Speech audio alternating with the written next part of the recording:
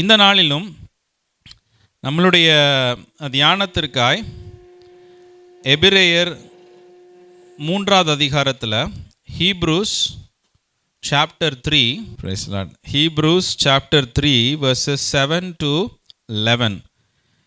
இன்னைக்கு என்ன தலைப்பில் தலையங்கத்திலே நாம் பண்ண போகிறோம்னா, எல்லாம் கவனிங்க. என்ன தலையங்கம்னா, இன்னைக்கு இருதயத்தின் கடினத்தை மேற்கொள்ளுவது எப்படி.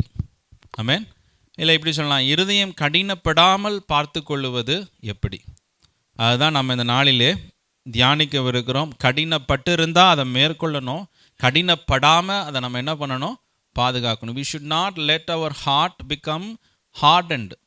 ட்ரையாக விடக்கூடாது, அதை நம்ம அப்படியே இறுக விடக்கூடாது. அதை அப்படி விடும் பொழுது நம்மளுக்கு அநேக காரியங்களில் நம்மளால் ஆண்டவருக்கு செய்ய முடியாத காரியங்களாக இருக்குது. அதனால் வாசிப்போம். எபிரேயர் book of Hebrews chapter 3 verses 7 to 11. ஆகையால் பரிசுத்த ஆவியானவர் சொல்லுகிறபடியே இன்று அவருடைய சத்தத்தை கேட்பீர்களாகில், வனாந்தரத்திலே கோபம் மூட்டின போதும் சோதனை நாளிலும் நடந்தது போல உங்கள் இருதயங்களை கடினப்படுத்தாதிருங்கள். அங்கே உங்கள் பிதாக்கள் என்னை சோதித்து என்னை பரீட்சை பார்த்து 40 வருஷ காலம் என் கிரியைகளை கண்டார்கள்.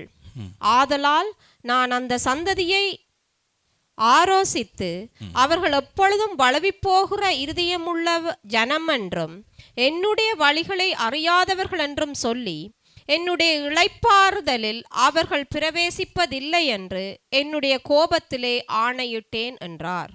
ஆமென், ஆமென், ஹல்லேலூயா.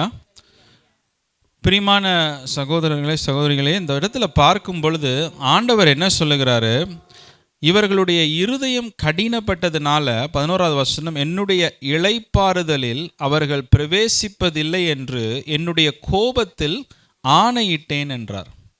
ஆமென். So when we harden our hearts, நம்மளுடைய இருதயம் கடினப்படும் பொழுது நாம் பெற்றுக்கொள்ள வேண்டிய நன்மைகள், ஆசீர்வாதங்கள், அவைகளை நம்ம பெற்றுக்கொள்ள முடியாமல் போகிறது என்பதை இந்த வசனம் கூறுகிறது. ஹல்லேலூயா. ஸோ ஆண்டவர் நம்ம ஒவ்வொருவருக்கும் கானான் தேசத்தை ஆண்டவர் ஒரு ஆசீர்வாதமாய் வைத்திருக்கிறார். ஏதோ ஒரு இலக்கை ஆண்டவர் ஒரு ஆசீர்வாதமாய் நம்ம வாழ்க்கையில் வைத்திருக்கிறார். God has a plan to prosper you. ஒரு கானான் தேசத்தை போல ஒரு ரெட்டிப்பான இடத்துல, ஒரு நன்மையான ஒரு இடத்துல ஆண்டவர் நம்மளை எடுத்து செல்ல வேண்டும் என்று சொல்லி ஆண்டவர் தீர்மானித்திருக்கிறார். அப்போ நம்ம இருதயத்தை கடினப்படுத்தும் பொழுது வேதம் கூறுகிறது, அந்த இளைப்பாறுதலிலே நாம் சென்று அடைய முடியாமல் போய்விடும் என்று சொல்லி வேதவசனம் கூறுகிறது. ஹல்லேலூயா. பிரியமானவர்களே, இது ஒரு ஆசீர்வாதத்திற்கு ஒரு தடையா இருக்கிற காரியம் இருதய கடினம். ஆசீர்வாதத்துக்கு தடையா இருக்கிற காரியம் என்னது? இருதய. ஆமென். எது தடையா இருக்குது சொல்லுங்க? இருதய கடினம். ஹல்லேலூயா. ஆண்டவர் வாக்கு பண்ணிட்டாரு, கூட வர்றேன்னு சொல்லிட்டாரு. நீங்கள் போகிற வழிகள் எல்லாம் நான் உங்களோடு கூட அக்கினி ஸ்தம்பமாக, மேக ஸ்தம்பமாக நான் உங்களோடு கூட வரப்போறேன்றார் ஆண்டவர். உங்களுக்கு விரோதமாக எழும்புவர்களை கர்த்தர் சொல்ல நான் முறியடிப்பேன் என்று சொல்கிறாரு. ஆனாலும் இவர்கள் அந்த தேசத்திற்குள்ளே, அந்த ஆசீர்வாதத்திற்குள்ளே இத்தனை வாக்கு தத்தங்களையும் இத்தனை விதமான அற்புதங்களையும் அடையாளங்களையும் இந்த வசனம் கூறுகிறது. ஆண்டவர் திரளான அற்புதங்களையும் அடையாளங்களையும் செய்திருந்தாலும் they could still not enter the promised land. They could still not step into the promised land. ஏன்? அதற்கு ஒரே ஒரு காரணம், அவர்களுடைய இருதய கடினம் என்று சொல்லி வேதம் கூறுகிறது. ஹல்லேலூயா. ஆமென். ஸோ இந்த காரியத்திலே நாம் இதை ஆண்டவர் இந்த புதிய ஏற்பாட்டில் ஆண்டவர் அதை எழுதி வைத்திருக்கிறார். எதற்கு எழுதி வைத்த? why has God written this? இதை ஏன் எழுதி வைத்திருக்கிறார்? நாம் புதிய ஏற்பாடின் விசுவாசிகளாய் ஆண்டவராக இயேசு கிறிஸ்துவை ஏற்றுக்கொண்டு அவர்கள் இயேசுவை அறியாதவர்கள். ஆனால் நாம் இயேசுவை அறிந்து, இயேசு எப்படிப்பட்டவர், how good is Jesus Christ, அவர் எப்படிப்பட்ட நன்மைகளை செய்திருக்கிறார், எப்படிப்பட்ட அவர் ஒரு அர்ப்பணிப்பாய் வாழ்ந்து ஜீவனை கொடுத்து இரத்த சாட்சியாய் மரித்து இந்த பூமியில் அவர் கடந்து போயிருக்கிறாரு. அப்போ அதையெல்லாம் அறிந்து நம்ம இருதயத்தை கடினப்படுத்தும் போது நமக்கு எப்படிப்பட்ட ஒரு நியாய தீர்ப்பு இருக்குன்னு நம்ம யோசிச்சு பார்க்கணும். ஹல்லேலூயா. ஆண்டவர் கொடுத்த கற்பனைகளையும் கட்டளைகளையும் பெற்றுக்கொண்டவர்களுக்கே அந்த கானான் தேசத்திற்குள்ளே போக முடியாத சூழ்நிலை. இயேசுவை குறித்து அறிந்து வேத புஸ்தகத்தை இவ்வளவாய் கொடுத்து நாம் அதற்கு அப்புறம் நம்ம இருதயத்தை கடினப்படுத்தும் போது cannot even imagine நமக்கு என்ன மாதிரி காரியங்கள் நடக்கும் என்று சொல்லி. அல்லேலூயா. யோசிப்பாங்க, கற்பனையே பண்ணி பார்க்க முடியாது. இயேசு வந்து இந்த பூமியில் வந்து மாம்ச ரூபமாய் வெளிப்பட்டு ஒரு ஒரு சாதாரண ஒரு மனிதனாய் இந்த பூமியில் வாழ்ந்து பாவம் செய்யாத ஒரு மனிதனாய் வாழ்ந்து நமக்காய் 3 ஆணிகளில் சிலுவையில் தொங்கி அவர் பேசின எல்லா வார்த்தைகளையும் ஓமைகளையும் எல்லாவற்றையும் ஆண்டவர் வேத புஸ்தகத்தில் நமக்கு எழுதி கையில் கொடுத்தும் நம்ம இருதயத்தை கடினப்படுத்தும் போது என்னால் கற்பனையே பண்ணி பார்க்க முடியல எப்படிப்பட்ட காரியங்கள் நம்ம வாழ்க்கையில் நடக்கும் என்று சொல்லி. அல்லேலூயா. ஸோ நாம் புதிய ஏற்பாடின் பிள்ளைகளாக இருக்கிறோம். நாம் என்ன பண்ணணும்? நம்மளுடைய இருதயத்தை கடினப்படுத்தாதவர்களாய் காணப்பட வேண்டும். அல்லேலூயா. இந்த இருதய கடினம்னு சொல்லும் போது அதை நம்ம மொட்டையாக இருதய கடினம்னு நம்ம சொல்கிறோம். அது எப்படி வெளிப்படுகிறது? எந்த மாதிரி ஒரு விஷயம்? சிம்டம்ஸ் எல்லாம் உள்ள. வைரஸ் இருக்குன்னா ஒரு சிம்டம் இருக்கும் வெளியே. ஒரு ஃபீவர் வரும், ஒரு காஃப் வரும், ஒரு கோல்டு வரும், ஏதாவது இந்த மாதிரி வெளிப்படும். அதுபோல் பார்க்கும் பொழுது இந்த ஒரு மனிதனுடைய இருதயம் கடினப்பட்டு இருக்கு என்பதை நம்ம எப்படி புரிந்து கொள்ள முடியும்? அவனுடைய கீழ்ப்படியாமையின் மூலயமா புரிந்து, த்ரூ டிஸ்ஒபீடியன்ஸ். இதெல்லாம் வந்து உள்ளுக்குள்ளே இருக்கிற இருதய கடினத்தின் வெளிப்பாடு. அந்த கற்பாறையின் மேலே ஒரு விதையை போட்டால் அது என்ன ஆகுது? அது என்ன ஆகுது? அது ஏதோ வளர்கிற மாதிரி இருக்குது, ஆனால் கடைசியில் அது வந்து போயிடுது. அது ஏன்னா அது கற்பாறையின் மேலே விதைக்கப்பட்ட ஒரு விதையை, ஹார்டு ஸ்டோன். அந்த ஹார்டு ஸ்டோன், அந்த இருதயம் கடினமாக இருக்கும் பொழுது அந்த விதையை வந்து ஓரளவுக்கு தான் அங்கே வளரும். அதுக்கப்புறம் அந்த வளர்ச்சி குன்றி போய்விடும். அல்லேலூயா. ஸோ அப்படி பார்க்கும்போது டிஸ்ஒபீடியன்ஸ், கீழ்ப்படியாமை நம்ம வாழ்க்கையில் இருக்கும் பொழுது அது ஒரு இருதயத்தின் கடினமாய் காணப்படுகிறது. அல்லேலூயா. இரண்டாவதாய் பார்க்கும் பொழுது நான் வேகமாய் சொல்லி கடந்து செல்லுகிறேன். ஆண்டவர் மீது நம்ம வைக்கிற விசுவாசம் குறைந்து போகுது. அது ஒரு இருதயத்தின் கடினமாய் காணப்படுகிறது. அல்லேலூயா. பாருங்கள், சாலமோனை பார்க்கும்போது ரொம்ப ஒரு ஆச்சரியமான ஒரு விஷயம். அவருடைய வாழ்க்கையை பார்க்கும் பொழுது he did amazing things. கர்த்தருக்காக அவர் செய்த மாதிரி யாருமே செய்யலை. அருமையாய் திட்டமிட்டு அருமையாய் திங்ஸ் எல்லாம் ரெடி பண்ணி தேவ ஆலயத்தை முதன்முதல்ல கட்டின ஒரு மனிதன், ஞானத்தின் அபிஷேகத்தை பெற்று வரத்தை பெற்றுக்கொண்ட மனிதன். அவர் ஆராதிக்கும் பொழுது அந்த இடத்துல 120 பேர் அங்கே இருந்த ஆசாரிகள் நிற்கக்கூடாதபடிக்கு தேவ மகிமை இறங்கின ஒரு ஆலயம். இப்படி ஆலயத்தில் அவ்வளவு மும்முரமாக இருந்த ஒரு மனிதன் அவருடைய கடைசி நாட்களில் பார்க்கும் பொழுது அவர் எப்படி இருக்கிறாரு? அவர் ஆலயத்துக்கு போகாத ஒரு மனிதனாய் காணப்படுகிறார். ஏன்னா என்ன பண்ணுறாரு? ஆலயத்துக்கு போக வேண்டிய டைமில் அவர்களுடைய மனைவியினுடைய கடவுள்களை வணங்குவதற்காக அவர் போகிறார். அங்கே பலிகளை செலுத்தும்படிக்காய் அவர் போகிறார். அப்போ ஆலயத்துக்கு வந்திருக்க முடியுமா? வந்திருக்க முடியாது. அவர் அதில் பிஸியாக இருந்திருப்பார். அப்போ பாருங்கள், அவருடைய எப்படி இருந்த ஒரு மனிதன் இருதயம் கடினப்படும் பொழுது ஆலயத்திற்கு கூட அவரால் வர முடியாத ஒரு நம்பிக்கை இழந்த ஒரு சூழ்நிலையில் அவர் வாழுகிறார் என்று சொல்லி நம்ம பார்க்கிறோம். அல்லேலூயா.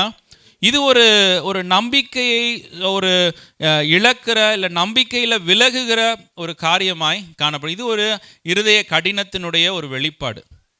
அந்த நம்பிக்கை கூடும் பொழுது அந்த ஆலயத்தின் மீது, அந்த ஆண்டவருடைய காரியத்தின் மீது ஒரு மிகுந்த ஒரு வாஞ்சை, ஒரு இது ஏற்படும்.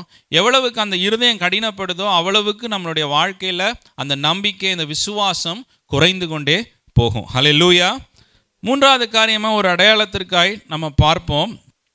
நம்மளுடைய ஆண்டவருக்காய் செய்கிற ஊழியங்களிலே உண்மை இல்லாமல் போய்விடும். இது ஒரு இருதயத்தின் கடினத்தினுடைய ஒரு வெளிப்பாடாய் காணப்படுகிறது. அல்லேலூயா. நம்ம ஆண்டவருக்காய் கொடுத்த நேரங்கள், நம்ம ஆண்டவருக்காய் கொடுத்த முயற்சிகள், நம்ம வந்து எப்படியெல்லாம் ஆண்டவருக்கு ஊழியம் செய்தோம் என்று சொல்லி நம்ம யோசித்து பார்க்கணும். எப்படிலாம் நம்ம ஆண்டவருக்காய் ஊழியம் செய்தோம், நம்மளுடைய டைமு, நம்மளுடைய எஃபர்ட்டு, நம்மளுடைய எல்லாவற்றையும் பெஸ்ட்டாக ஆண்டவருக்கு நம்ம கொடுத்துக்கிட்டு இருந்தது போய் இன்றைக்கி என்ன ஆயிடுச்சு? நம்மளுடைய ஊழியங்களில் உண்மை இல்லாத சூழ்நிலைகளாய் மாறி போய்விட்டது. அல்லேலூயா. அல்லேலூயா. இப்போ என்ன இல்லை, முன்னால் யாராவது எதாவது கொடுக்க மாட்டாங்களா? ஏதாவது காரியத்தை நம்ம செய்வோமா அப்படின்னு நம்ம பார்ப்போம். கரெக்டாக அந்த நாட்கள்லாம் இருந்தது. நம்மளை ஏதாவது ஒரு காரியத்தை நம்மளை கேட்க மாட்டாங்களா? இல்லை நம்மளுடைய வாழ்க்கையில் இப்படி ஒரு ஊழியம் கிடைக்காதா, இப்படி ஒரு காரியத்தை ஆண்டவருக்காக செய்ய முடியாதா அப்படின்னு நினைத்து இருந்து வாழ்ந்த, எதிர்பார்த்திருந்த வாழ்க்கையை போய் என்ன நடந்தால் எனக்கு என்ன, அப்படிங்கிற ஒரு நிலைக்கு வந்து இது எப்படி நடக்குதான்னு பார்ப்போம். எப்படி சில அந்த மாதிரி யோசிக்கிறவங்களும் இருப்பாங்க சில நேரத்தில்.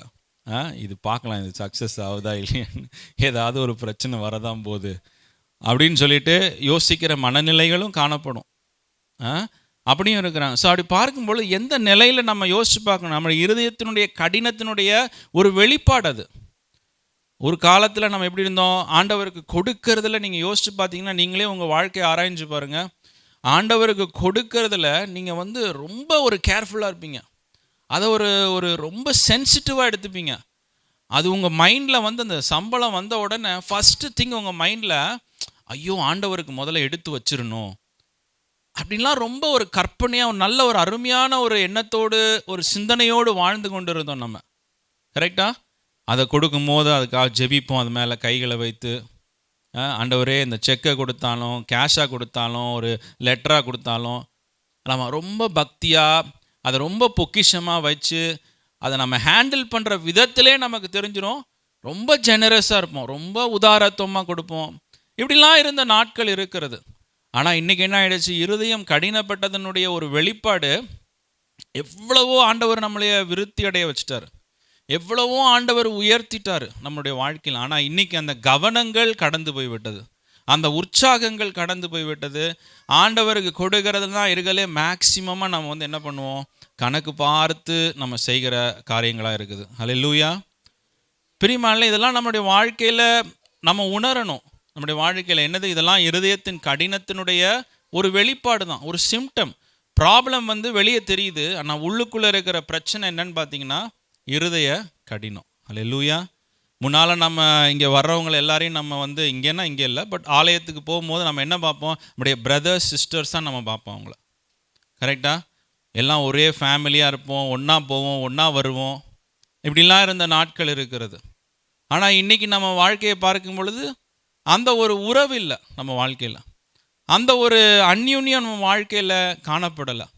அந்த நாட்களில் ஒன்றுமில்லாத நாட்களில் நம்ம இருந்த அந்யூன்யங்களெல்லாம் யோசித்து பார்க்கும்போது, அந்த ஐக்கியத்தை யோசித்து பார்க்கும் பொழுது நமக்கே தேவ அன்பினால் நிரப்பப்பட்டு அப்படி இருந்தோம். இன்றைக்கி என்ன ஆகி போயிடுச்சு நம்மளுடைய வாழ்க்கையில் பாருங்கள், இருதயம் கடினப்பட்டுருச்சு. இன்றைக்கி நிறைய இருக்குது, கையில் நிறைய வசதிகள் இருக்குது. ஃபஸ்ட்டு வரும்போது ஒரு 2006 வரும்போது ஒரு ஃபோன் பண்ணோம்னா 25 சென்ட்ஸ் போயிடும்.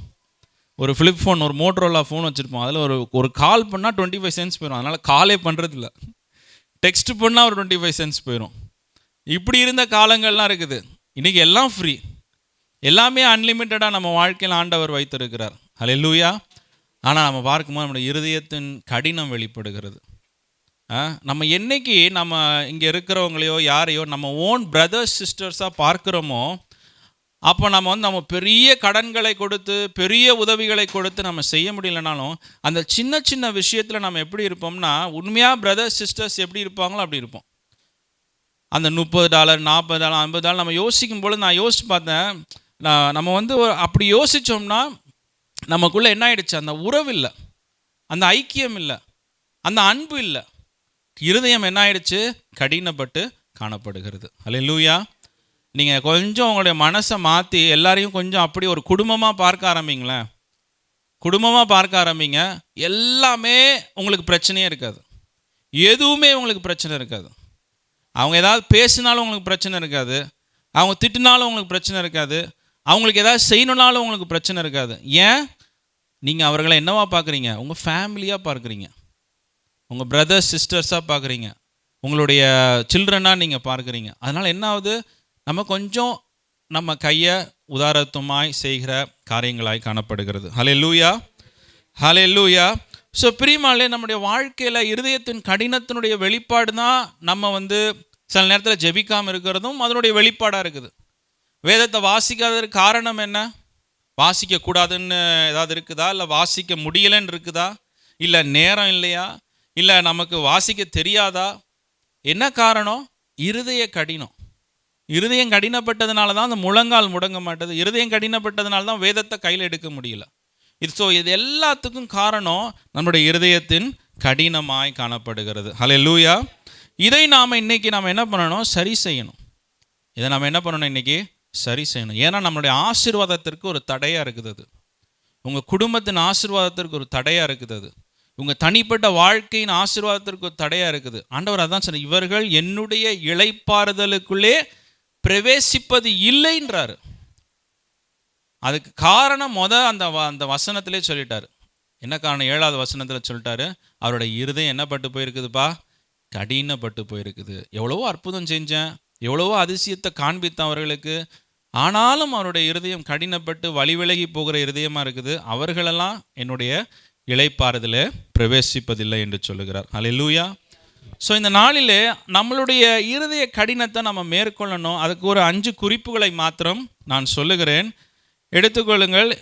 எபிரேயர் 3வது அதிகாரத்தில், book of Hebrews chapter 3 verse 7 and 8, 7-8 வசனங்களை வாசிங்க.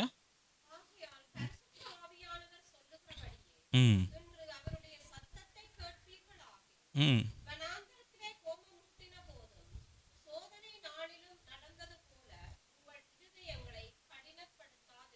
அல்லேலூயா. பிரியமானவர்களே, முதலாவது காரியம், பரிசுத்த ஆவியானவர் சொல்லுகிறபடியே.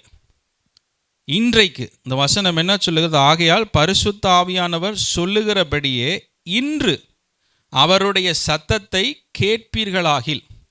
அப்போ இருதய கடினத்தை நாங்கள் மேற்கொள்ளணும். இப்போ எனக்குள்ளேயும் அந்த இருதய கடினம் இருக்கிற நாட்கள் கடந்து போக நம்மளுக்குள்ள அந்த இருதய கடினங்கள் எல்லாருக்குள்ளேயும் வரும். ஏதாவது ஒரு ஏரியாவில் இருக்கும், நிச்சயமாக இருக்கும். ஏதோ ஒரு ஏரியாவில் இருதயம் கடினப்பட்டு இருக்கும். அப்போ பார்க்கும்போது அதை மேற்கொள்ளணும்னா வசனம் கூறுகிறது, இன்று பரிசுத்த ஆவியானவர் உங்களோடு கூட பேசுகிறத நீங்கள் என்ன பண்ணணுமா? கேட்கணும். அல்லேலூயா, அல்லேலூயா, ஆமென். சிம்சோனை பார்க்குறோம். அவர் என்ன பண்ணார்? ஆண்டவர் அநேக முறை அவனுக்கு உணர்த்தினார். பரிசுத்த ஆவியானவர் அவனுக்கு உணர்த்தினார், அப்பா உன்னை ஏமாத்துறாங்க, நீ பண்ணுறது சரியில்லை, இந்த இடத்தை விட்டு நீ கடந்து போ அப்படின்னு சொல்லி அவனை பல தடவை பரிசுத்த ஆவியானவர் உணர்த்தினார். ஆனால் அவன் என்னாச்சு? அவனுடைய வாழ்க்கையில் என்ன பண்ணான்? அவன் கேட்டானா? கேட்கல. அவன் பண்ணுறதையே பண்ணிக்கிட்டு இருந்தான். பார்த்தாரு, நான் சொல்கிறேன், நீ கேட்க மாட்ற, அப்போ நான் உன்னை விட்டு விலகிக்கிறேன். அல்லேலூயா. சிம்பிள் இல்லை? உனக்கு நான் உங்கூட இருக்கிறது பிடிக்கல, நான் உங்கூட பேசுறது உனக்கு கேட்குற ஒரு இருதயம் இல்லை, நீ உன் இருதயத்தை என்ன பண்ணிட்ட? கடினப்படுத்திட்ட. அதனால் என்ன ஆயிடுச்சு? ஆண்டவர் சொல்கிறாரு, பரிசுத்த ஆவியானவர் அவனை விட்டு விலகி போனது, கடந்து போனது கூட அறியாமல் இருந்த சிம்சோன் என்று சொல்லி வேத வசனத்திலே கூறப்படுகிறது. அல்லேலூயா. பிரியமானவர்களே, இன்னைக்கு நீங்கள் ஆவியானவர் பேசுகிறத நீங்கள் சரியாக கேட்டிங்கன்னா உங்கள் இருதயம் கடினப்படாது. ஆனால் நீங்கள் அப்படியே உதாசீனப்படுத்திக்கிட்டே போகும்போது என்ன பேசினாலும் உங்களுக்கு அது உணர்ச்சி ஏற்படுத்தாது. புரியுதில்ல? அதுதான் ப்ராப்ளம். கொஞ்சம் நீங்கள் தண்ணியை ஊற்றி ஊற்றி ஊற்றி அந்த நிலத்தை நீங்கள் இது பண்ணிக்கிட்டே இருந்தீங்கன்னா அந்த நிலம் நல்லா சாஃப்டாக இருக்கும். கரெக்டாக? எந்த விதையை வேணாலும் போடலாம். கரெக்டாக? நல்லா அதை அப்படியே உழுவுதுட்டே இருந்தீங்கன்னா என்ன ஆகும்? எந்த விதையை போட்டாலும் டக்குன்னு உள்ளே போகும், டக்குன்னு வளரும். எது வேணாலும் வளரும், எதை போட்டாலும் வளரும், என்ன விதைனாலும் வளர்ந்துடும். ஆனால் அந்த இருதயம் மட்டும் கொஞ்சம், அந்த மணல் மட்டும் கொஞ்சம் கடினமாயிடுச்சுன்னு வச்சுக்கோங்க, அதில் நீங்கள் என்ன போட்டாலும் அது உள்ளே போகாது, மேலேயே நிற்கும். கொஞ்ச நாள் அது அப்படியே பறந்து காக்கா குருவி தின்னுட்டு போயிடும். அதான் சொல்கிறார், வழி அருகே போட்டப்பட்ட விதைகளை போல். அல்லேலூயா. ஏன்னா வழி அருகில் அந்த நிலம் உழுத நிலம் இல்லை. புரியுதில்ல? அதான் காரணம். வழி அருகிலே அந்த உழுத நிலம் இல்லை, அது ஒரு மக்கள் நடந்து போகிற ஒரு இடம், அது நல்லா ஹார்டாக இருக்கிற ஒரு இடம், அது நல்லா உளுந்து அப்படி உழுவப்பட்டு இருந்ததுன்னா அதில் எந்த விதை போட்டாலும் பட்டுன்னு வளரும் அது. ஆனால் அது அப்படி இருக்கிறதுனால அது உள்ளே போகிறதுக்கு கூட டைம் இல்லை. அதுக்குள்ளே என்ன பண்ணுது? பறவைகள் அதை என்ன பண்ணிடுது? அதை எடுத்து போட்டுருது. அல்லேலூயா. பிரியமானவர்களே, முதலாவது ஆண்டவருடைய பரிசுத்த ஆவியானவர் நமக்குள்ளே பேசுகிற காரியத்திற்கு நீங்கள் என்ன பண்ணுங்க? உங்களுடைய செவியை கொடுங்க, உங்களுடைய இருதயத்தை நீங்கள் கொடுங்க. அல்லேலூயா. ஏசாயா 63 8-10 வசனத்தை நீங்கள் வாசிங்க. ஐசையா 63 8-10.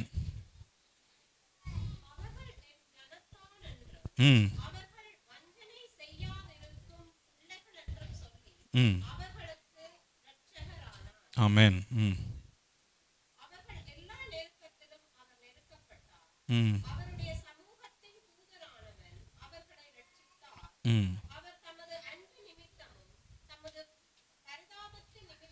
ம் ம் ம்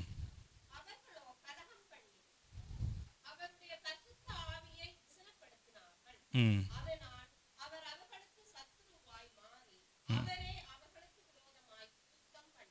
அமேன் அமேன். நல்லா கவனிச்சிங்களா? அந்த வசனம் என்ன சொல்லுகிறது? அதான் நம்ம வாசித்திருக்கிறோம். சுருக்கமாக பார்க்கும்போது அன்றியும் நீங்கள் மீட்கப்படும் நாளுக்கென்று முத்திரையாக பெற்ற தேவனுடைய பரிசுத்த ஆவியை துக்கப்படுத்தாதிருப்பீர்களாக. அல்லேலூயா. அப்போ யாரை நம்ம துக்கப்படுத்துகிறோம்? நம்மளோட யார் பேசுகிறாரோ, யார் உணர்த்துறாரோ அவரை நம்ம என்ன பண்ணுகிறோம்? துக்கப்படுத்துகிறோம். அப்போ இந்த வசனம் ரொம்ப ஒரு ஆச்சரியமாய் காணப்பட்டது. இந்த 10வது வசனம் அவர்களோ கலகம் பண்ணி அவருடைய பரிசுத்த ஆவியை விசனப்படுத்தினார்கள். அதனால் அவர் அவர்களுக்கு சத்துருவாய் மாறி அவரே அவர்களுக்கு விரோதமாய் யுத்தம் பண்ணினார் என்று சொல்லி வேதம் கூறுகிறது. அல்லேலூயா. பிரியமானவர்களே, நம்ம பரிசுத்த ஆவியானவரை துக்கப்படுத்தும் பொழுது ஆண்டவர் அதை சாதாரணமாக ஏற்றுக்கொள்ள மாட்டாராம். அவர் இந்த வசனம் கூறுது, அவரே நமக்கு விரோதமாய் யுத்தம் பண்ணுகிற ஒரு காலமாய் ஒரு நேரமாய் காணப்படுகிறது. அல்லேலூயா. ஸோ அதனால தான் நம்முடைய வாழ்க்கையில் ஆண்டவர் உங்களுக்கு பேசியிருக்கிறாரு, ஒரு காரியத்தை உணர்த்தி இருக்கிறாரு. பரிசுத்த ஆவியானவர் எதற்கு உங்களுக்கு கொடுக்கப்பட்டிருக்கிறாரு?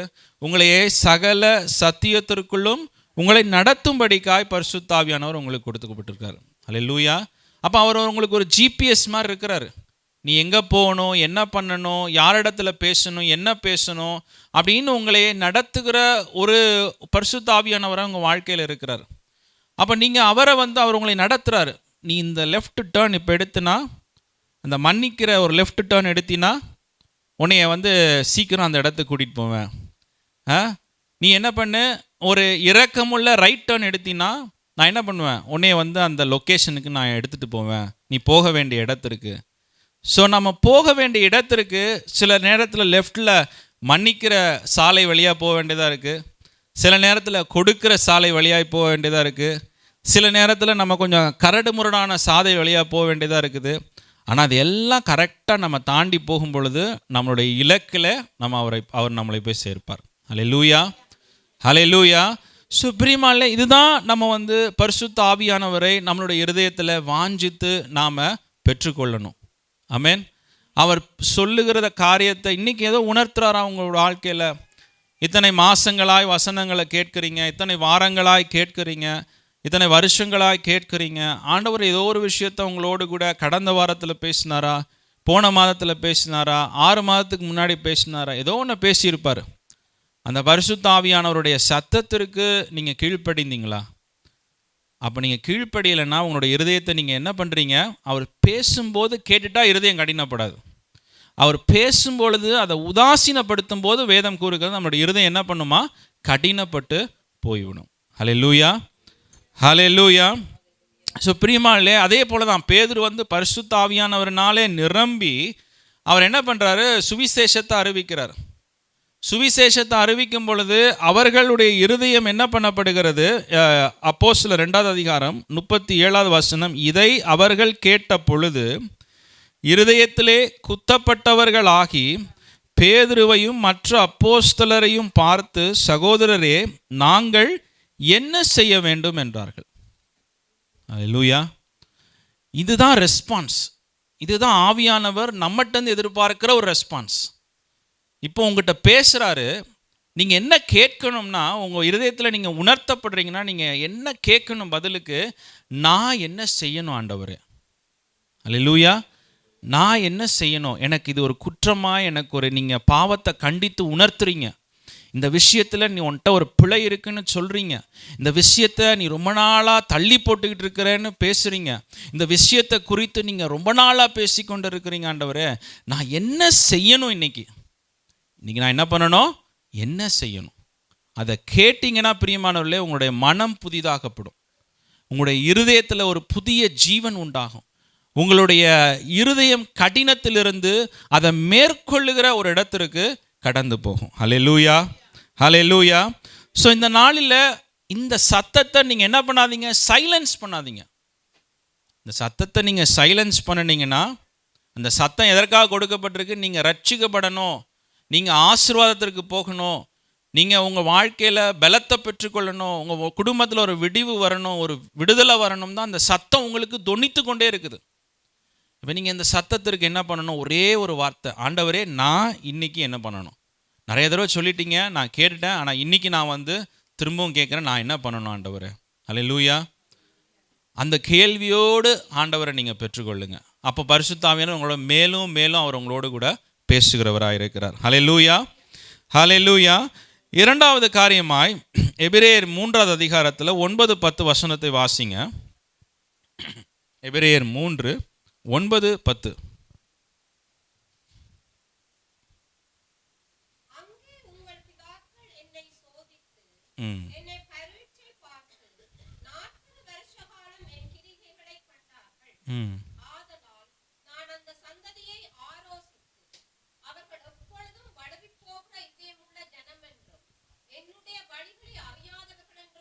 போதும். ஹல்லேலூயா. இங்கே வசனம் கூறுகிறது, என்னுடைய வழிகளை அறியாதவர்களாக இருந்தார்கள். அதனால தான் அவனுடைய இருதயம் என்னப்பட்டு போயிடுச்சு? கடினப்பட்டு போய்விட்டது. ஹல்லேலூயா. பிரியமானவர்களே, ஆண்டவர் அநேக அற்புதங்களை செய்கிறார், அநேக அடையாளங்களை நம்ம வாழ்க்கையில் கொடுக்கிறாரு. ஆனால் அவருடைய வழிகளை நம்ம என்ன பண்ணணுமா? புரிந்து கொள்ளணும். எதற்காக ஆண்டவர் என்னைய இந்த வழியாய் கடத்தி செல்லுகிறார், இந்த இடத்துல என்னை வைத்திருக்கிறார், ஏன் ஆண்டவர் என்னைய இந்த காரியத்தில் இப்படி செய்கிறார், இதையெல்லாம் நம்ம என்ன பண்ணணுமா? அதை புரிந்து கொள்ளுகிற, அதை உணர்ந்து கொள்ளுகிற ஒரு அனுபவத்தில் நம்ம காணப்பட வேண்டும். ஹல்லேலூயா. நம்மளுடைய எதிர்பார்ப்பெல்லாம் அடுத்தது என்ன நடக்கும், அடுத்தது என்ன அற்புதங்கள் நடக்கும், அடுத்தது என்ன அதிசயங்கள் நடக்கும் அப்படின்னு நம்ம எதிர்பார்த்து கொண்டு காத்திருக்கிறோம். ஆண்டவர் சொல்றார், என்னுடைய வழிகளை அவர்கள் என்ன பண்ணாமல் இருந்துறாங்க? புரிந்து கொள்ளாமல் இருந்திருக்கிறாங்க. ஹல்லேலூயா. நான் என்னமோ நிறைய அற்புதங்களெல்லாம் செஞ்சேன், பட் என்னுடைய எண்ணங்கள், சிந்தனைகள், யோசனைகள், திட்டங்கள் அவைகளை உணராது, அவர்களை குறித்து அறியாதவர்களாய் அவர்கள் காணப்படுகிறார்கள் என்று சொல்லி வேதம் கூறுகிறது. ஹல்லேலூயா. ஆண்டவர் எல்லாவற்றுக்கும் ஒரு வழி வைத்திருக்கிறார். தாவீதை ஆண்டவர் அபிஷேகம் பண்ணி 17 வயதில் அபிஷேகம் பண்ணி அவனை ராஜாவாய் மாற்றுவேன்னு சொன்னார். ஆனால் அது நடக்கிறதுக்கு 13 வருஷங்கள் மேலே கடந்து போய்விட்டது. ஹல்லேலூயா. அது ஒரு வழியாய் ஆண்டவர் வைத்திருந்தான், அந்த வழியாக தான் அவன் போகணும்னு சொல்லிட்டான். தாவீதுக்கு உடன்படிக்கை பெட்டியை எடுத்துகிட்டு வரணுங்கிற அவனுடைய இருதயத்தில் ஒரு வாஞ்சை ஏற்படுது. ஆனால் அந்த உடன்படிக்கை பெட்டியை எடுத்துகிட்டு வர்றதுக்கும் ஆண்டவர் ஒரு வழியை வைத்திருக்கிறார். ஒரு எந்த மாதிரி செய்யணும் என்று சொல்லி ஆண்டவர் வழி வைத்திருக்கிறார். ஹல்லேலூயா. தாவீதுக்கு ஆண்டவருடைய ஆலயத்தை கட்டணும்னு ஒரு எண்ணம் ஏற்படுது. ஆனால் அதற்கும் ஆண்டவர் ஒரு வழியை வைத்திருக்கிறார். ஹல்லேலூயா. ஸோ அந்த வழிகளை உணர்ந்து நம்ம செயல்படும் பொழுது வேத வசனம் கூறுகிறது, நம்மளுடைய இருதயம் என்ன பண்ணாமல் இருக்கு. ஏன்னா வழி புரியாமல் இருக்கும் பொழுது அடிக்கடி நம்முடைய வாழ்க்கையில் முறுமுறுப்புகள், நம்முடைய வாழ்க்கையில் ஒரு கம்ப்ளைண்ட்ஸ், ஒரு விதமான ஒரு ஆண்டவருக்கு விரோதமான யோசனைகள் நம்ம வாழ்க்கையில் வெளிப்படுகிறவைகளாய் காணப்படுகிறது. ஹல்லேலூயா. ஸோ பிரியமான நம்முடைய இருதயத்தில் நம்ம ஆண்டவருடைய வழிகளை உணர்ந்து கொள்ளணும். ஏசாயா 55:8-9 வசனத்தை வாசியுங்கள். ஏசாயா 55:8-9. என் நினைவுகள் உங்கள் நினைவுகள் அல்ல, உங்கள் வழிகள் என் வழிகளும் அல்லவென்று கர்த்தர் சொல்லுகிறார். பூமியை பார்க்கிலும் வானங்கள் எப்படி உயர்ந்திருக்கிறதோ அப்படியே உங்கள் வழிகளை பார்க்கிலும் என் வழிகளும், உங்கள் நினைவுகளை பார்க்கிலும் என் நினைவுகளும் உயர்ந்திருக்கிறது என்று சொல்லி ஆண்டவர் சொல்லுகிறார். ஹல்லேலூயா. இதில் முக்கியமான காரியம் என்னன்னா, ஆண்டவர் அந்த இலக்கை பற்றி மாத்திரம் பேசலை, போய் சேர வேண்டிய இடத்தை பற்றி மாத்திரம் பேசலை, பெற்றுக்கொள்ள வேண்டிய ஆசீர்வாதத்தை பற்றி மாத்திரம் பேசல. அவர் என்ன சொல்லுகிறாரு? என் வழிகளும் என் நினைவுகள் உங்கள் நினைவுகள் அல்ல, உங்கள் வழிகள் என் வழிகளும் அல்லவென்று கர்த்தர் சொல்லுகிறார். ஹல்லேலூயா. அப்போ ஆண்டவருடைய வழிகள் வித்தியாசமாய் காணப்படுகிறது. அவர் எப்படி செய்வார், எப்போ செய்வார், அது வித்தியாசமாய் காணப்படுகிறது. அந்த வழிகளை, அதை தான் சங்கீதக்காரன் ஜெபிக்கும் போது சொல்கிறாரு, கர்த்தாவே உம்முடைய வழிகளை எனக்கு தெரிவியும், உம்முடைய பாதைகளை எனக்கு போதித்தருளும் என்று சொல்லுகிறார். ஹல்லேலூயா. என்ன வசனம் அது? சங்கீதம் 25:4. என்னது? கர்த்தாவே உம்முடைய வழிகளை எனக்கு தெரிவியும், உம்முடைய பாதைகளை எனக்கு போதித்தருளும் என்று சொல்லுகிறார். அல்லேலூயா. இப்போ நம்ம புரிந்து கொண்டோம்னா, அதை நம்ம உண்மையாக சொல்ல, நாம் அதை ஆண்டவருடைய வழிகளை கொஞ்சம் புரிஞ்சு கொண்டோம்னா, நம்ம மனசிலிருந்து கர்த்தரை ஆராதிக்கிற ஒரு எண்ணம் வெளிப்படும். அல்லேலூயா, ஆமென். பயங்கள் நம்மளை விட்டு விலகுகிற காரியம், நமக்குள்ள பொறுமையை உண்டாக்குகிற காரியம். ஏன்னா ஆண்டவர் நிச்சயம் செய்வார். ஏன்னா வேதத்தில் யோசேப்பு ஆண்டவர் எவ்வளவோ பேர் அவனை கொல்ல முயற்சி செய்தும் ஆண்டவர் உயர்த்தி இருக்கிறார். தானியேல் ஒரு அகதியாய் ஒரு தேசத்திற்கு வந்து அவனை ஆண்டவர் ஒரு அதிபதியாய் மாற்றியிருக்கிறார். அல்லேலூயா. யாக்கோபு வெறுங்கையாய் போனான், அவனை 2 பரிவாரங்களோடு கர்த்தர் கொண்டு வந்திருக்கிறார். அல்லேலூயா. அப்போ கர்த்தர் நிச்சயம் உயர்த்துவார். அவருடைய வழிகள் வித்தியாசமாய் காணப்படுகிறது. அதனால் என்ன பண்ணுறான்? கர்த்தரை துதிக்கிற ஒரு அனுபவம் எழுப்பணும். அல்லேலூயா. அந்த எண்ணங்கள் எழும்பும். ஆண்டவரை துதிக்கணும், ஆராதிக்கணும். ஆண்டவர் நிச்சயம் அற்புதம் செய்வார். ஆண்டவர் நிச்சயம் எனக்கு யாக்கோபுக்கு செய்த போல எனக்கு செய்வார். ஆண்டவர் எனக்கு யோசேப்பை உயர்த்தினது போல உயர்த்துவார். அப்படிங்கிற ஒரு நம்பிக்கை, ஒரு விசுவாசம் நமக்குள்ளே வருகிறது.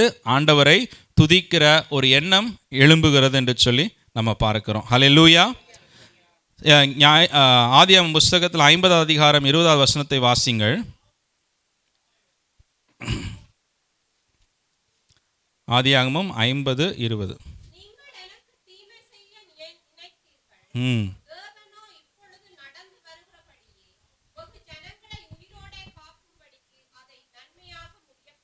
ஆமென், ஆமென், ஹல்லேலூயா.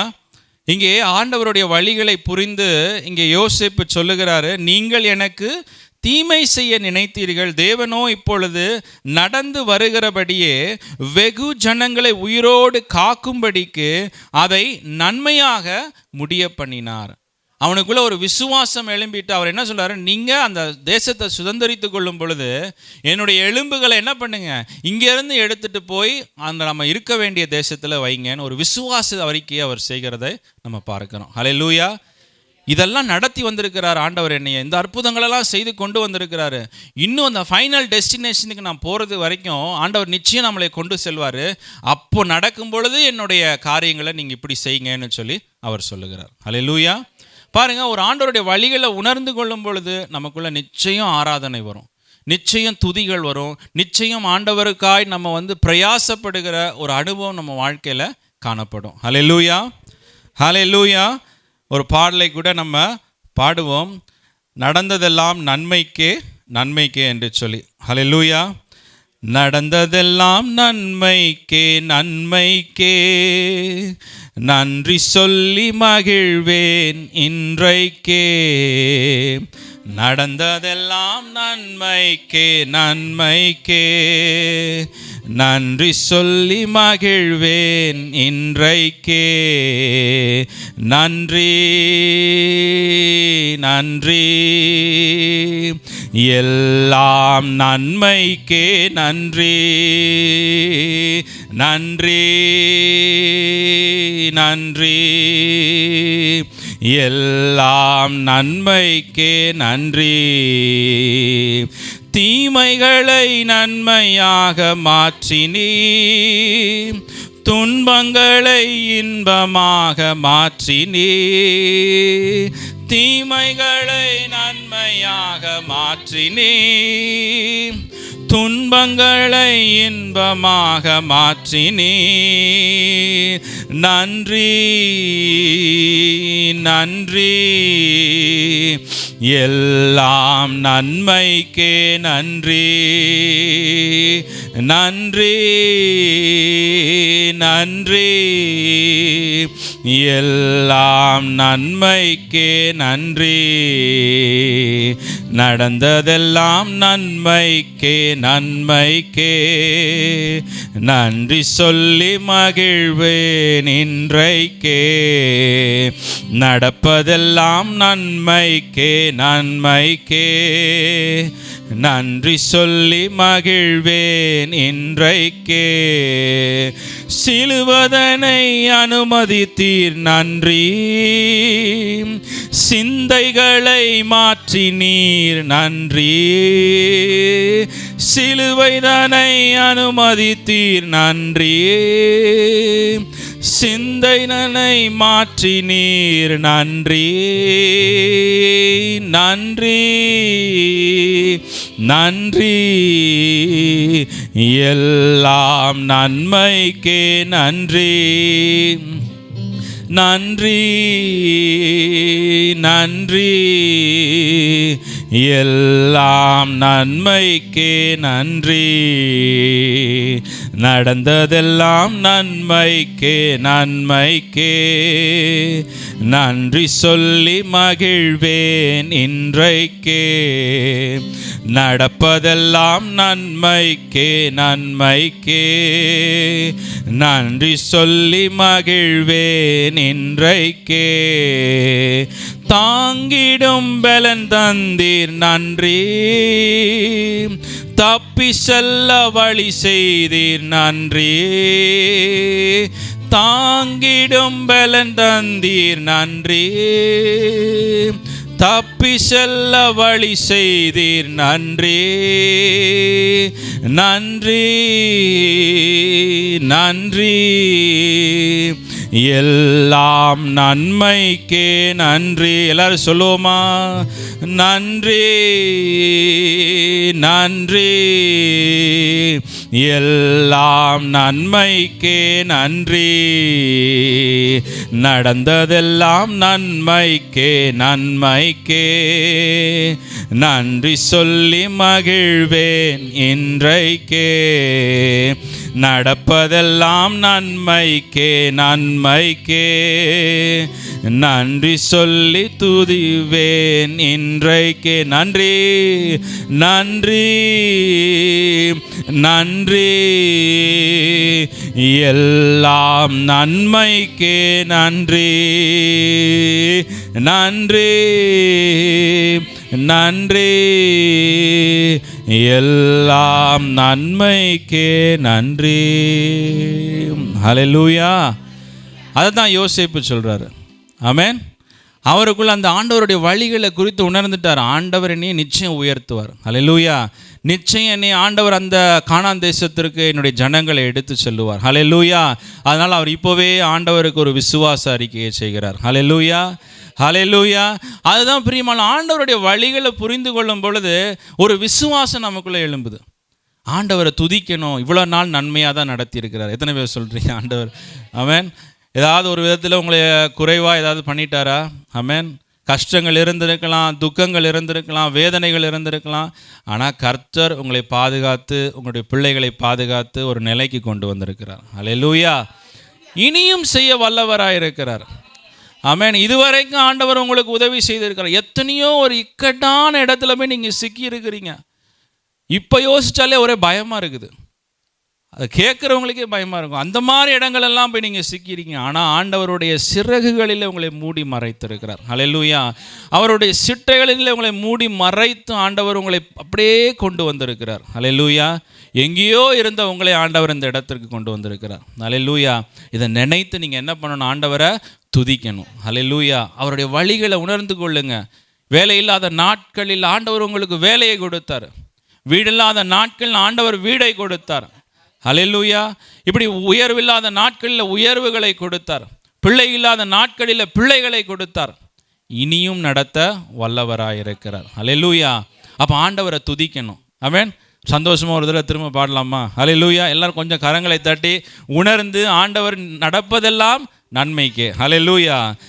நடந்ததெல்லாம் நன்மைக்கே நன்மைக்கே, நன்றி சொல்லி மகிழ்வேன் இன்றைக்கே, நடப்பதெல்லாம் நன்மைக்கே நன்மைக்கே, நன்றி சொல்லி மகிழ்வேன் இன்றைக்கே, நன்றி நன்றி, எல்லாம் நன்மைக்கே நன்றி. எல்லாரும் சத்தமா நன்றி நன்றி, எல்லாம் நன்மைக்கே நன்றி.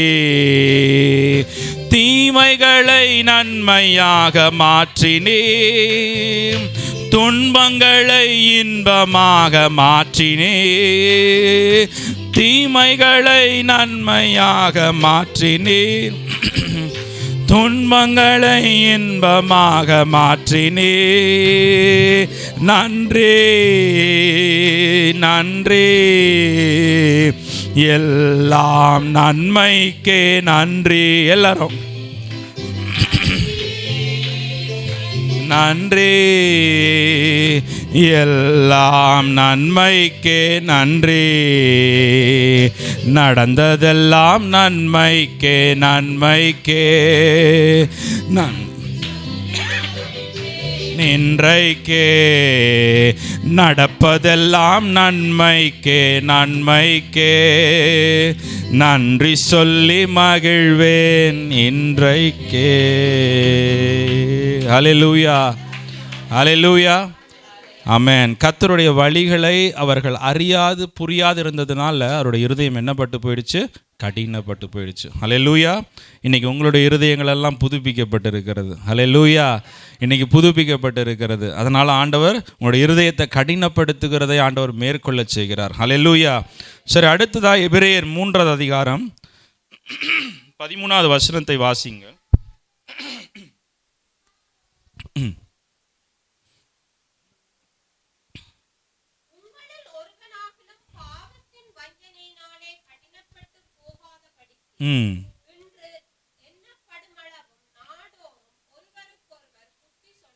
ஆமென்.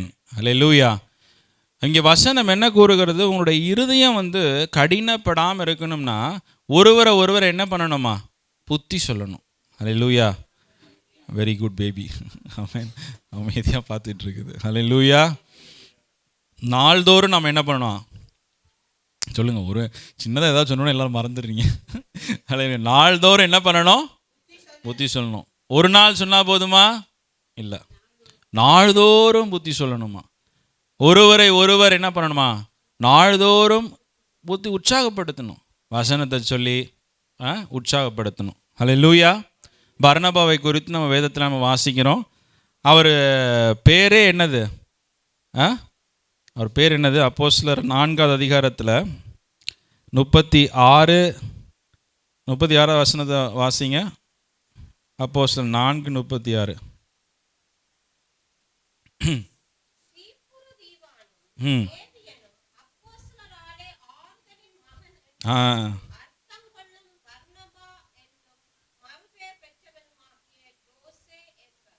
வாசிங்க. தனக்கு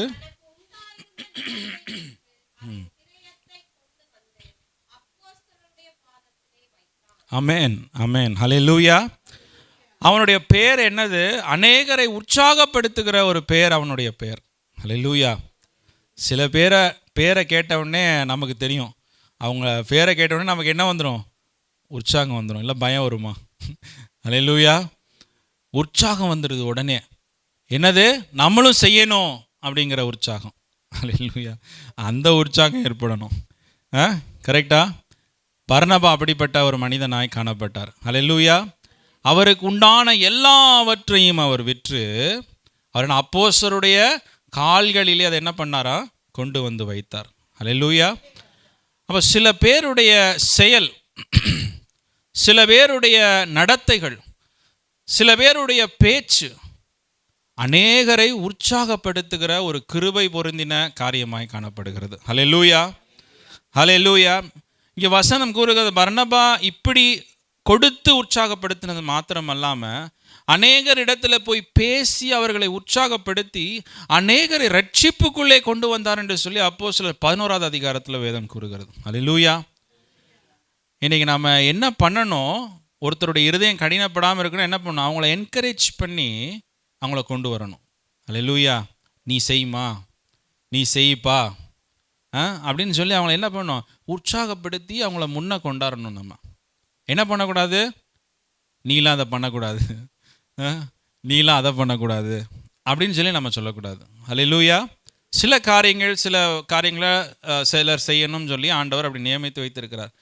பட் நம்ம மற்ற எல்லாவற்றையும் என்ன பண்ணணும்? அவங்கள என்கரேஜ் பண்ணி பர்னபாவை போல என்ன பண்ணணும்? நாம் என்கரேஜ் பண்ணும்பொழுது தான் அவர்கள் ரட்சிப்புக்குள்ளே, அநேகரை ரட்சிப்புக்குள்ளே அவர் கொண்டு வந்தார் என்று சொல்லி வசனம் கூறுகிறது. உற்சாகத்தினாலே உற்சாகப்படுத்தி நீ செய். நீ பண்ணு, நீ பண்ணுறதை நல்லா பண்ணுற, இன்னும் கொஞ்சம் நல்லா பண்ணு, நீ ரொம்ப நல்லா பண்ணுற அப்படின்னு சொல்லி அவனை உற்சாகப்படுத்தும் பொழுது அவன் அதை செய்கிறவனாய் காணப்படுகிறான். ஹல்லேலூயா, ஹல்லேலூயா. பிரியமானவர்களே, உற்சாகப்படுத்தணும்னா நம்ம ஆலயத்துக்கு முதல்ல வரணும். கரெக்டா? ஒருவரை ஒருவர் என்ன பண்ணுங்க, என்ன பண்ணணும்? எபிரேயர் 10:24-25 வேதம் என்ன சொல்லுகிறது? நம்ம ஒருத்தர் ஊக்கப்படுத்தணும்.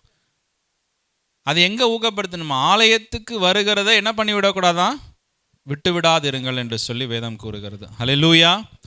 ஏன்னா ஆலயத்துக்கு வரும்பொழுது நாம் பார்க்குறோம் சிலரை, இவர்கள் இவ்வளோ முயற்சி எடுக்கிறார்கள். அந்த முயற்சிகளை பார்க்கும்போது பர்னபாவை பார்த்து எப்படி அந்த நாட்களில் ஜனங்கள் உற்சாகப்பட்டார்களோ, அதுபோல் நீங்கள் எடுக்கிற முயற்சிகளை பாருங்கள், எல்லாரையும் கூட்டிகிட்டு வந்திருக்கிறாங்க. இதை பார்க்கும்போது நமக்கே தோணணும், என்னடா இது, அவ்வளோ தூரத்தில் 3 பிள்ளைங்களை, 3 4 கவுண்ட் மறந்துருச்சு, 4, சாரி, நான் இன்னும் 3லே இருக்கிறேன். ஆமென், ஹல்லேலூயா. அதை பார்க்கும்போது நமக்கே நீங்கள் போய் சொல்லுவீங்க வீட்டில், அந்த சின்ன ஒரு 2 மாதம் குழந்தையெல்லாம் தூக்கிட்டு வந்திருக்கிறாங்க, நீ தூங்கி வலிஞ்சிக்கிட்டு கிடக்காங்க. அப்படி இருக்கிறோமே, நம்ம உற்சாகப்படும். நம்ம சிலரை பார்த்தாலே நமக்கு உற்சாகம் வரணும். அதை பற்றி நினைக்கும் போதே உற்சாகம் வரணும். சிலர் பார்த்திங்கன்னா என்ன ஏதாவது இம்பார்ட்டண்ட் ஈவெண்ட் வந்துருச்சுன்னா நான் என்ன செய்யணும்னு துடிச்சிக்கிட்டு கிடப்பாங்க. என்ன செய்யணும்னு துடிப்பாங்க. நானே செஞ்சிடறேன் எல்லாத்தையும்னுவாங்க சிலர். சிஸ்டர், நீங்கள் எதுவும் எல்லாத்தையும் செஞ்சிடாதீங்க பிரதர், நீங்கள் எல்லாரும் செய்யட்டும். ஹல்லேலூயா. அப்படியே சிலர் ஓ இந்த ஈவெண்ட் நடக்குதா, நான் காசு கொடுத்துட்றேன், நான் ஏதோ ஒரு விதத்தில் உதவி செஞ்சிடுறேன், நான் இதை செஞ்சு எடுத்துகிட்டு வந்துடுறேன், அதை செஞ்சு எடுத்துகிட்டு வந்துடுறேன். அவங்களுக்குள்ளே இருக்க உற்சாகத்தை பார்த்து நமக்கே ஒரே ஹாப்பி ஆயிரும். ஹல்லேலூயா. இந்த ஈவெண்ட் சக்ஸஸ் ஆயிரும். இந்த வாட்டி நம்ம சில வெயிட் பண்ணிக்கிட்டே இருப்போம். ஸ்பெஷலாக ஒரு கவரை மடித்து அதுக்குள்ளே ஒரு இன்விடேஷனை வச்சு அப்புறம் உங்களை கூப்பிட்டாதான் நம்ம என்ன பண்ணுவோம், எதாவது செய்யணுமா அப்படின்னு சொல்லி அப்போ தான் கேள்வியே வரும். ஹல்லேலூயா. அது ஒரு என்கரேஜ்மெண்ட்டாக இருக்குமா, இல்லை என்னையவே யோசிக்க வைக்கிற மாதிரி? நானே என்ன யோசிச்சிருக்க மாட்டேன் அதை பற்றி.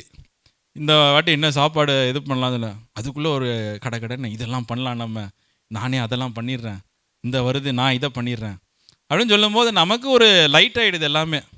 நம்ம யாரையும் போய் கேட்க தேவையில்லை, எதுவும் பேசலை, எல்லாரும் அவங்களே செஞ்சு எடுத்துகிட்டு வந்துடுவாங்க. ஹல்லேலூயா. பிரியமல்ல, அதுதான் ஒருத்தர் நம்ம உற்சாகப்படுத்துகிறது. நம்முடைய கிரியைகளில் நம்ம கொடுக்கறதில்ல, பர்னபாவை போல் நம்ம ஒருத்தரை கூப்பிடுகிறதில்ல, இதெல்லாம் ஒரு உற்சாகமான சாட்சி ஒரு உற்சாகமாக இருக்குது. சமாரிய ஸ்திரீ என்ன பண்ணா அவ எல்லாரையும் உற்சாகப்படுத்தி இயேசுவை விசிட் பண்ண வச்சா. ஹல்லேலூயா. அவளுக்கு சுவிசேஷம் தெரியாது, அவளுக்கு இயேசுவை பற்றி தெரியாது, பட் உற்சாகப்படுத்தினா எல்லாரும் ஓடி வந்தாங்க. என்னடா இப்படி ஒரு ஆளா, நான் சொன்னதை, நான் என் வாழ்க்கையில் நடந்தது எல்லாத்தையும் அவர் சொல்கிறாரு அப்படின்னு சொன்னோன்னா, அப்படியா இப்படி ஒரு ஆளா, வாங்க நம்ம போய் பார்க்கலாம் அப்படின்னு சொல்லி எல்லாம் வந்தாங்க. வந்தவங்க எல்லாம் சிக்கிட்டாங்க. ஹல்லேலூயா. வந்தவங்க எல்லாம் ரட்சிக்கப்பட்டாங்க. அந்த அந்த அந்த ஹோல் இடமே அன்னைக்கு ரட்சிக்கப்பட்டுருச்சு. அதுக்கு காரணம் என்ன? ஒரு ஸ்திரீ உற்சாகப்பட்டு அநேகரை போய் விசிட் பண்ணி அநேகரிடத்துல பேசி நீங்கள் வாங்கன்னு எல்லாரையும் கூப்பிடும் பொழுது அந்த இடத்துல ஒரு உற்சாகம் உண்டாகிறது. ஹல்லேலூயா. பிரியமான, அதுக்கு தான் நம்ம ஆலயத்துக்கு வரோம். இங்கே நம்ம ஜெபிக்கும்போது ஒரு உற்சாகம் ஏற்படுது, வசனத்தை கேட்கும்போது ஒரு உற்சாகம் ஏற்படுது, ஆராதிக்கும் போது நமக்குள்ள ஒரு உற்சாகம் ஏற்படுது, இப்படி இன்னொருத்தருடைய சாட்சியை கேட்கும்போது நமக்கு உற்சாகம் ஏற்படுது, இன்னொருத்தர் எடுக்கிற முயற்சிகளை பார்க்கும்போது நமக்கு உற்சாகம் ஏற்படுது. இதெல்லாம் தான் கலந்து நமக்குள்ள என்ன பண்ணுது, ஒருவர் என்ன பண்ணணுமா, உற்சாகப்படுத்துங்கள் என்று சொல்லி வேதம். அப்போ தான் இருதயம் கடினப்படாது.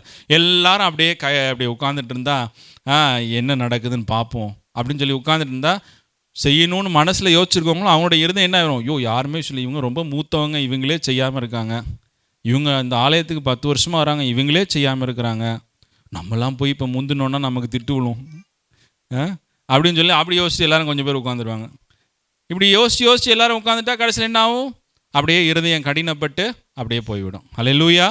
ஸோ இருதய கடினத்தை போக்குறதற்கு நாம் உற்சாகப்படுத்துகிறவர்களாய் காணப்பட வேண்டும். ஹல்லேலூயா. எபிரேயர் 4வது அதிகாரம் 12-13 வாசிங்க. ஹீப்ரூஸ் 4:12-13. இதோட நான் நிறுத்திக்கிறேன். வாசிங்க சிஸ்டர், வாசிங்க. எபிரேயர் 4:12-13.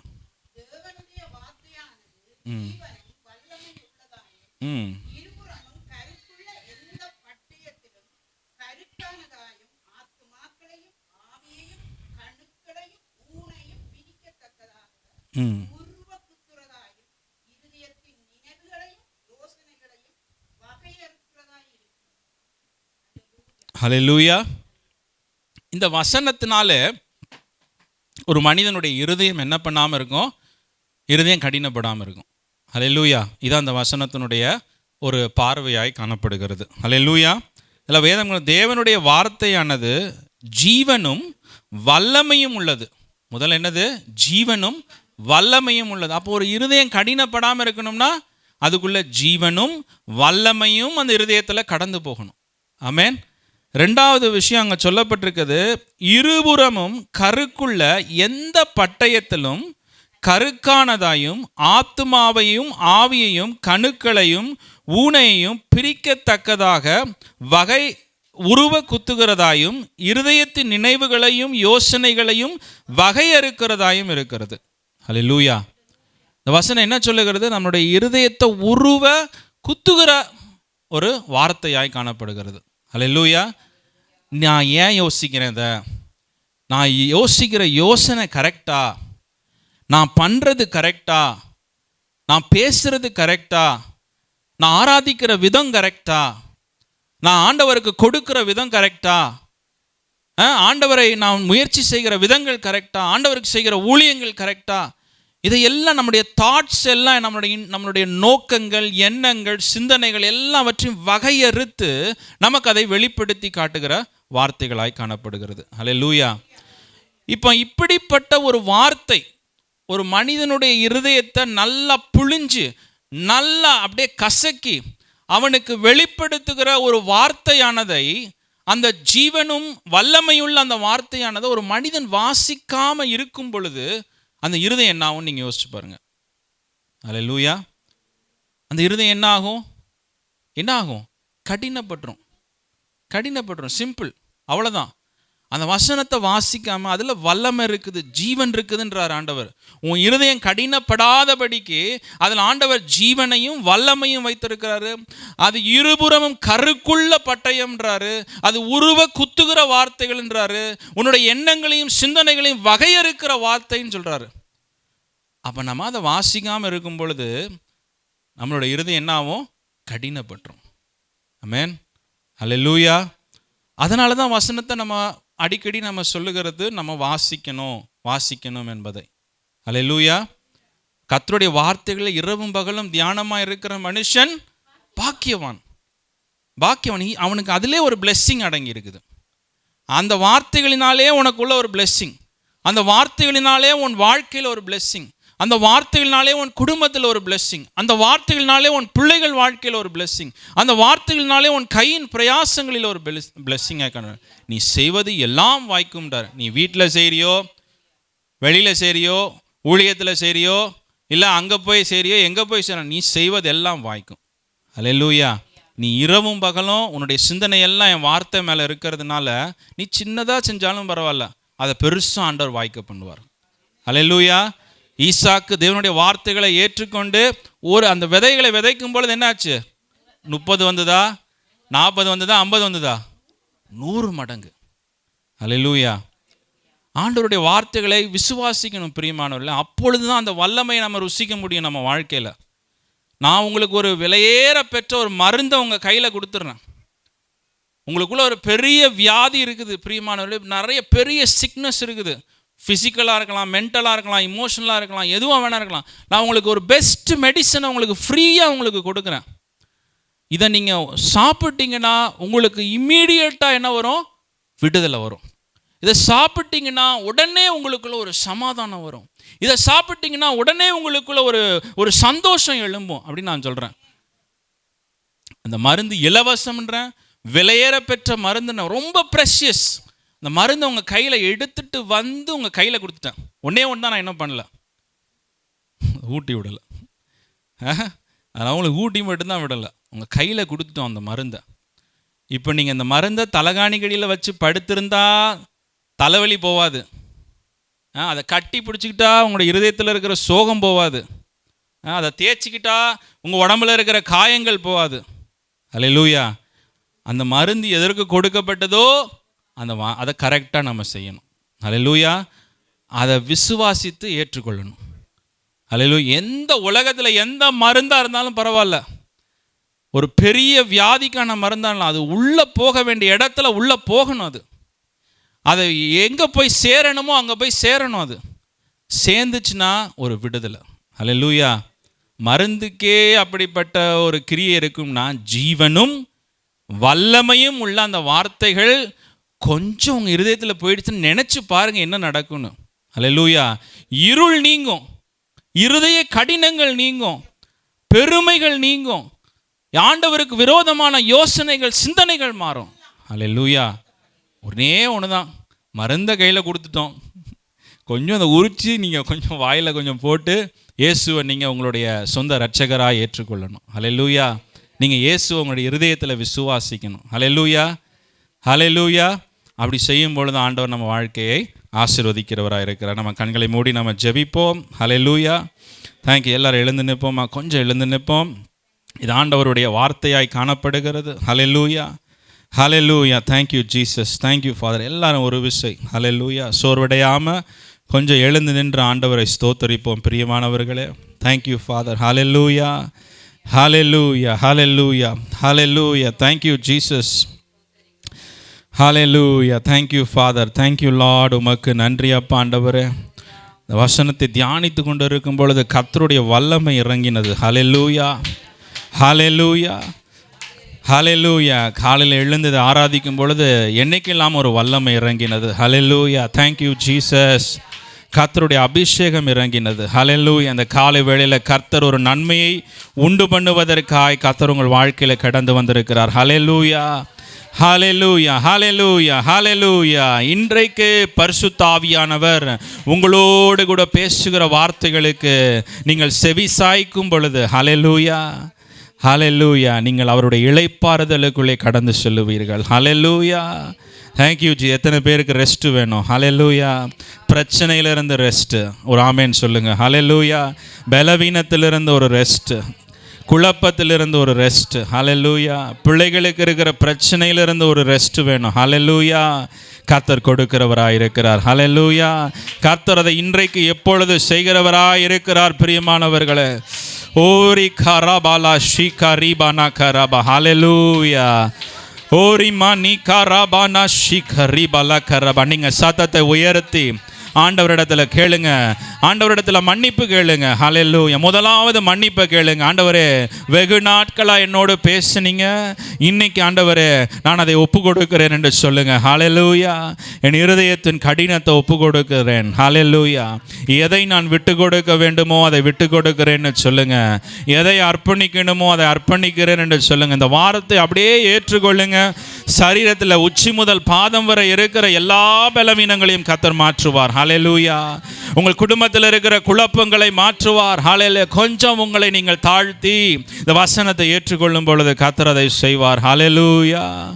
Thank you Jesus. Thank you father. உம்மை நன்றியோடு நாங்கள் ஸ்தோத்தரிக்கிறோம் அப்பா. ஹல்லேலூயா. எத்தனை பேர் ஆண்டவரிடத்தில் பேசுகிறீங்க? ஹல்லேலூயா.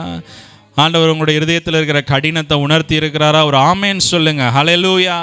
அதற்கு ஒரு ஆமேன் சொல்லுங்க. ஆண்டவர் பேசுனதே பெரிய விஷயம் நம்மளோட. ஹல்லேலூயா. ஆண்டவர் நம்மளை அன்பு கூறுகிறதுனால தான் பேசிக்கிட்டே இருக்கிறாரு. ஹல்லேலூயா. தேடிக்கிட்டே இருக்கிறாரு, வந்துக்கிட்டே இருக்கிறாரு, உதவி செய்துக்கிட்டே இருக்கிறாரு, கிருபை ஊற்றிக்கொண்டே இருக்கிறாரு. ஹல்லேலூயா. ஏன்னா அவ்வளவு அன்பு உங்கள் மேலே அவருக்கு. ஹல்லேலூயா. அவ்வளவு அன்பு. Hallelujah. Thank you Jesus. Thank you father. Hallelujah. காத்திருப்பேன் அற்புதங்கள் பெறும்வர்.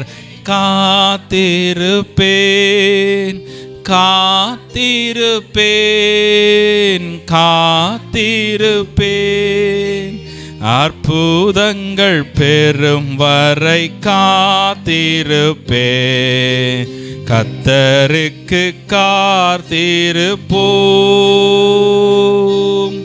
வெட்கப்பட்டு போவதில்லை. நிச்சயமாய் முடிவு உண்டு. நம்பிக்கை வீண் போகாது. கர்த்தருக்கு காத்திருப்போம், வெட்கப்பட்டு போவதில்லை. நிச்சயமாய் முடிவு உண்டு. நம்பிக்கை வீண் போகாது. காத்திருப்பேன் காத்திருப்பேன், அற்புதங்கள் பெறும் வரை காத்திருப்பேன். காத்திருப்பேன் காத்திருப்பேன், அற்புதங்கள் பெறும் வரை காத்திருப்பேன். ஹல்லேலூயா. உம்மை நன்றியோடு நாங்கள் ஸ்தோத்தரிக்கிறோம் அப்பா ஆண்டவரே. ஹல்லேலூயா. கர்த்தர் உங்களை எவ்வளவு நேசிக்கிறார் பிரியமானவர்களே. உங்களை எப்படியாவது இந்த கானான் தேசத்திற்குள்ளே எடுத்து செல்லணும்னு விரும்புகிறார்.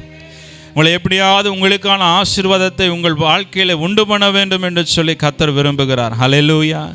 அவரே தேடி வந்து ஆசீர்வாதத்தையும் கொடுக்கிறாரு. அவரே தேடி வந்து அதை பெற்றுக்கொள்ளுகிற வழிகளையும் உங்களோடு பேசுகிறாரு. அவரே கடந்து வந்து நம்ம வாழ்க்கையில் இருக்கிற என்னென்ன மாற்றங்களை கொண்டு வர வேண்டுமோ அந்த மாற்றங்களையும் கொண்டு வர அவரே பேசுகிறவராக இருக்கிறார். ஹல்லேலூயா.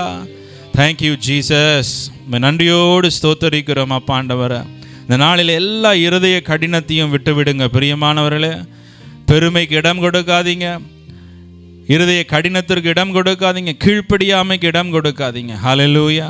அவைகளை செய்யும் பொழுது தான் நம்முடைய வாழ்க்கையில் இருதய கடினங்கள் ஏற்படுகிறது. அது ஏற்படும் பொழுது தான் நம்ம செல்ல வேண்டிய இடத்திற்கு நம்ம கடந்து போக முடியாமல் இருக்கிறது. ஹல்லேலூயா.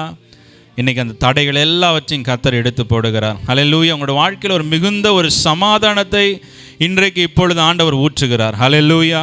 ஒரு பெரிய சமாதானம் உங்களுக்குள்ளே இறங்குகிறத நீங்கள் உணருவீங்க. ஹல்லேலூயா. இப்பொழுது நீங்கள் உணர்ந்து கொண்டு இருக்கிறீங்க. உங்களுடைய இருதயத்தில் ஒரு சமாதானம் இறங்குகிறத நீங்கள் உணர்ந்து கொண்டு தான் இருக்கிறீங்க. ஹல்லேலூயா. ஏதோ ஒரு பெரிய பாரத்தை கர்த்தர் உங்களை விட்டு எடுத்தது போல உணர்கிறீங்க. ஹல்லேலூயா. கர்த்தர் அந்த பாரத்தை உங்களை விட்டு விலக்கி போடுகிறாரு. ஓரி கரபா நஷிகா ரிபலா கரபா. ஹல்லேலூயா. சமாதானம் உங்கள் மீது இறங்குகிறது. ஹல்லேலூயா. தேவனுடைய பிரசன்னம் உங்கள் மீது இறங்குகிறது. தேவனுடைய அபிஷேகம் உங்கள் மீது இறங்குகிறது. கரங்களை உயர்த்தி அப்படியே கேளுங்க. இயேசு சுவாமி, என்னை அர்ப்பணிக்கிறேன் அப்பா, என்னை அர்ப்பணிக்கிறேன், என்னை அர்ப்பணிக்கிறேன். ஒரு வல்லமை ஓரிமா நீ கரபா ஷிகா நிமாலா கரபா, ஒரு வல்லமைய பாண்டவரே, ஒரு வல்லமைய பாண்டவரே உங்களுக்குள் இறங்குகிறது நீங்கள் உணருவீர்கள். சத்தத்தை உயர்த்தி ஆண்டவரை நோக்கி சொல்லுங்க. என் மீது ஊற்றும் ஐயா, என் பலவீனத்தை மாற்றும், என் கீழ்ப்படியாமையை மாற்றும், என் இருதய கடினத்தை மாற்றும் ஆண்டவரே, என் பெருமைகளை அகற்றி போடும் ஆண்டவரே. ஹல்லேலூயா. அற்புதம் நடப்பதாய், அற்புதம் நடந்து கொண்டிருக்கிறது. தேவ ஆவியானவர் இறங்கி கொண்டிருக்கிறார். கர்த்தருடைய ஆவியானவர் உங்கள் மீது இறங்கி கொண்டிருக்கிறார். ஹல்லேலூயா. ஹல்லேலூயா. கரங்களை தட்டி, கரங்களை தட்டி அவரை பெற்றுக்கொள்ளுங்கள். தேவன் கொடுக்கிற விடுதலையை பெற்றுக்கொள்ளுங்கள். தேவன் கொடுக்கிற சமாதானத்தை பெற்றுக்கொள்ளுங்கள். தேவன் கொடுக்கிற ஜீவனை பெற்றுக்கொள்ளுங்கள். தேவன் கொடுக்கிற உணர்வை பெற்றுக்கொள்ளுங்கள். ஹல்லேலூயா. இதோ நான் உனக்கு ஒரு புதிய இருதயத்தை கொடுக்கிறேன். ஹல்லேலூயா. ஒரு நவமான இருதயத்தை உனக்கு கொடுக்கிறேன். ஹல்லேலூயா. என் வார்த்தைகளை கைக்கொள்ளுகிற ஒரு நவமான இருதயத்தை நான் உனக்கு கொடுக்கிறேன். ஹல்லேலூயா. பெற்றுக்கொள், பெற்றுக்கொள். ஒரு புதிய இருதயம், ஒரு புதிய இருதயம், ஒரு புதிய இருதயம் உனக்குள்ளே ஊற்றப்படுகிறது. ஹல்லேலூயா. தேவ ஆவியானவர் உனக்குள் இருந்து வார்த்தைகளுக்கு கீழ்ப்படிய கர்த்தர் உனக்கு உதவி செய்வார், பலத்தை கொடுப்பார், உன்னை நடத்துவார். ஹல்லேலூயா. ஹல்லேலூயா. Oh, we worship you, Lord Jesus. Hallelujah. Rikarabala shika. Orimani karabala shina rikarabala. Hallelujah. வல்லமையாண்டவரே, ஜீவன பாண்டவரே, ஜீவனாண்டவரே, கடந்து வருகிறதற்காய் உமக்கு நன்றி. ஜீவனை பெற்றுக்கொள். ஹல்லேலூயா.